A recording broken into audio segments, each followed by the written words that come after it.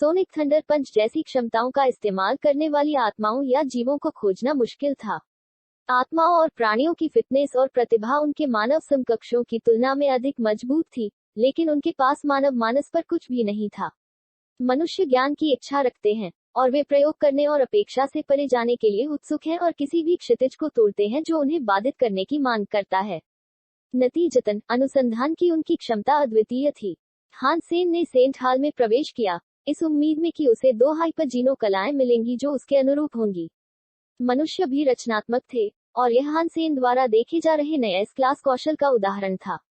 वो यह देखकर बहुत प्रसन्न हुए कि प्रस्ताव पर अधिकांश हाइपर गेन कलाओं में 2 तत्वों की शक्तियां थीं। पहले हान सेन को चुना गया जिसे वाटर थंडर कहा गया।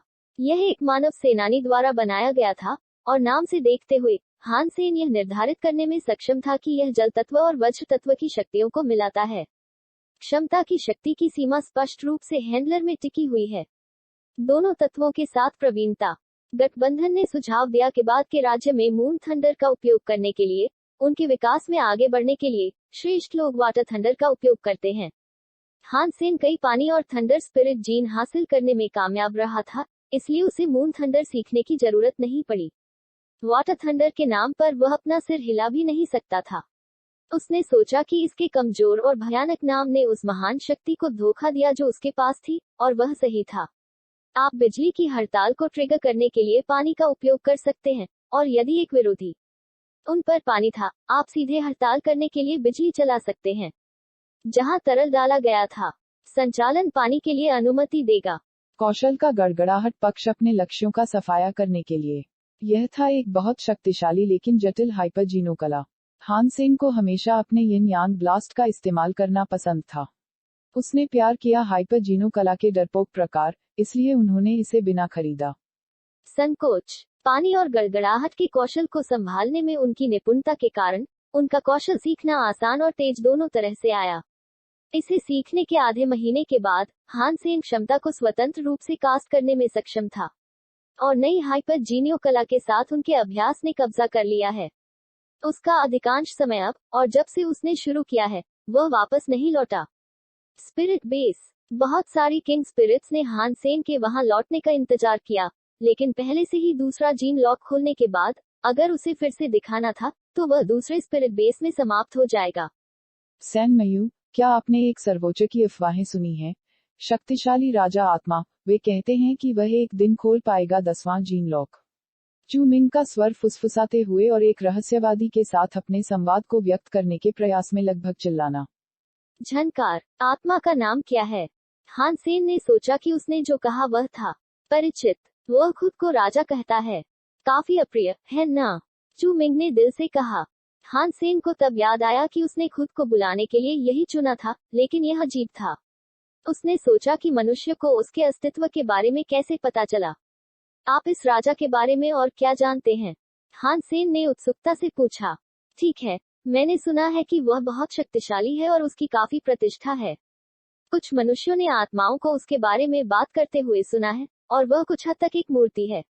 बहुत से पुरुष उसके छात्र बनना चाहते हैं, और कई महिलाएं और कुछ नहीं चाहती हैं उसके साथ यौन संबंध बनाने की तुलना में। चू मिंग ने समझाया। ऐसी तारीफ सुनकर हान सेन काफी खुशमिजाज और अपने आप में खुश था। उन्होंने और अधिक स्व-सेवारत विवरण मांगे और कहा, ठीक है, जाओ। पर वे उसके बारे में और क्या कहते हैं? हान सेन प्रशंसा के और शब्द सुनने की उम्मीद कर रहा था, लेकिन चीजें जल्दी ही दूसरी दिशा में चली गईं। चू मिंग ने कहा, लेकिन मैंने सुना है कि राजा भी अजीब है, और उसकी प्रतिष्ठा सभी प्रफुल्लित नहीं है। वास्तव में कई राजा आत्माएं और यहाँ तक सम्राट भी उसकी तलाश में हैं। वे उसकी असली पहचान और निवास स्थान का पता लगाने की बहुत इच्छा रखते हैं, ताकि जब वे ऐसा करें, तो वे उसकी हत्या कर सकें। यह सुनकर हान सेन चौंक गया, और अब वह निश्चित रूप से जानता था कि वह अभयारण्यों में रहते हुए खुद को राजा के रूप में कभी भी उजागर नहीं कर सकता था। चू मिंग ने फिर कहा, मुझे लगता है कि वह इसके लायक है। हालांकि मैंने उस साथी के बारे में जो कुछ भी सुना है, वह उसे इस रूप में चित्रित करता है। एक अभिमानी प्रकार। मैं बहुत सुंदर हूँ और फिर भी कोई आत्मा नहीं चाहती मैं मेरे साथ सेक्स करो। वह केवल भाग्यशाली है कि वह एक राजा भावना है, और यही उसे महान और हकदार प्रकार बनाता है। अगर मैं एक राजा आत्मा होता तो मेरा विश्वास करो मैं उस पागल से कहीं ज्यादा लोकप्रिय होता। चू मिंग ने अपनी आवाज कम की और फिर यह कहते हुए चला गया, मुझे नहीं लगता कि राजा के पास एक लिंग भी है। उसके लिए इतनी सारी महिला आत्माएं ऊंची एड़ी के जूते पर क्यों गिर रही हैं, और फिर भी वह किसी के साथ खिलवाड़ नहीं करता है। मैं तुमसे कह रहा हूँ यार, यह आत्मा या तो किन्नर है या समलैंगिक है। चू मिंग, चलो कोई भी समय बर्बाद न करें। चलो एक साथ फ्लेमिंग ब्लेड का अभ्यास करें। हान सेन ने मुस्कुराने के लिए मजबूर किया, लेकिन वो अपने अब घायल दिल में कुछ और सोच रहा था। आर्ग, आश्रय से एक चीख निकली, एक चीख जो चू मिंगो से आई थी। अजीब तरह से अब कुछ समय हो गया था जब आश्रय को थॉर्न फॉरेस्ट के किनारे पर टेलीपोर्ट किया गया था। उनके पास भोजन की कमी थी और वे शिकार करने के अवसर गए। हर सुबह हान सेन ने जो सबसे पहला काम किया वह था आश्रय से बाहर निकलना और अपने आसपास को अच्छी तरह से देखना। हर बार मायूस हो जाता है। इस दिन जबकि हान सेन ने खुद को दोपहर की श्रद्धा में खोया हुआ पाया, उसने देखा कि एक परछाई आश्रय के पास आ रही है।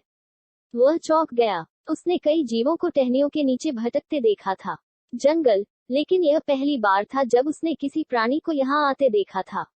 आश्रय के करीब। अध्याय 924, सुपर क्रिएचर। पेड़ को घेरने वाली कांटेदार झाड़ियां तब तक हिलती रहीं जब तक कि कुछ सामने नहीं आया। जब हान सेन ने अपने सामने उस जानवर पर अपनी नजर रखी तो उसे तुरंत गोलियां लगने लगी। वह उस प्राणी की दयनीय भावना को महसूस कर सकता था जो 50 मीटर दूर से उसके रास्ते में आ रहा था। एक धातु डायनासोर जो नीले स्टील की तरह प्रतीत होता है। पेड़ों की धुंधली झाड़ियों से क्या निकला? भय की दम घुटने वाली भावनाएं इसके दृष्टिकोण का प्रत्यक्ष कारण थी। नीला डायनासोर किसी भी तरह से बड़ा नहीं था। वास्तव में यह नहीं था खुद हान सेन से बड़ा, लेकिन वो उसकी शक्ति को समझने में सक्षम था।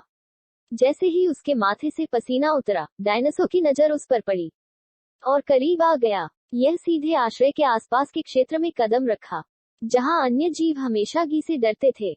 हान सेन जल्दी से मुड़ा और पेड़ के अंदर लौटने की पूरी कोशिश की। उसने पहले भी कई शक्तिशाली प्राणियों का सामना किया था, लेकिन यह एक और लीग में था। इससे पहले उसने कभी किसी प्राणी को हड्डियों के रूप में नहीं देखा था जो ऐसे स्थानों पर अभयारण्य की पेशकश करता था। पीतल के रूप में बोल्ड, धात्विक डायनासोर आगे की ओर झुके, कदम दर कदम। जैसे ही हान सेन ने दौड़ना शुरू किया, उसने एक धमाके की आवाज सुनी। डायनोसोरप्टा बड़ी दूरी और उसके सामने उतरा, दो गड्ढों की तरह छोड़ दिया, मिट्टी में पैरों के निशान। इसकी गति अविश्वसनीय थी। अपने डोंगक सुआन सूत्र को कास्ट करते हुए ऊर्जा की एक विशाल मात्रा शुरू हुई। अपने गुर्दे के अंदर उत्पन्न करें। फिर उन्होंने कोशिश करने के लिए एरो का इस्तेमाल किया और खतरे से उड़ जाना। जैसे ही मान सेन आगे बढ़ा, डायनासोर ने अपना मुंह खोल दिया और फिर एक भयानक शक्ति उसकी पीठ के संपर्क में आई, जिसने उसे वापस जमीन पर खींच लिया। सौभाग्य से डायनासोर ने केवल हान सेन के कवच को पकड़ लिया। जीव ने उसे घायल नहीं किया। वह उठ खड़ा हुआ और कुछ कदम पीछे गिर गया। फिर डायनासोर कूद गया हान सेन के पीछे और उसके आर्मर के पिछले हिस्से को फिर से काटा, उसे पास रखते हुए। अजीब तरह से इसने हान सेन को चोट नहीं पहुंचाई। उसने केवल उसे वापस खींच लिया और उसे पास रखा। क्या यह चीज मेरे साथ खेल खेल रही है? क्या यह थक जाने पर मुझे खा जाएगी? हान सेन ने भागने की पूरी कोशिश की और बच गए, लेकिन हर बार जब उसने किया तो डायनासोर ने अपनी लड़ाई रोक दी। हान सेन जानता था कि उसे अपने सुपर स्पिरिट मोड को छिपाते रहना होगा, और अगर उसे इसका इस्तेमाल करना होता तो यह उसे केवल 3 सेकंड का समय देता। अगर उसने इसका इस्तेमाल करने का फैसला किया तो उसे यह सुनिश्चित करना होगा कि वह किसी भी हड़ताल को नहीं छोड़ेगा जिसे वह देने की मांग कर रहा था। अगले एपिसोड कल सुबह 6 बजे जरूर सुने और चैनल को जरूर सब्सक्राइब करें।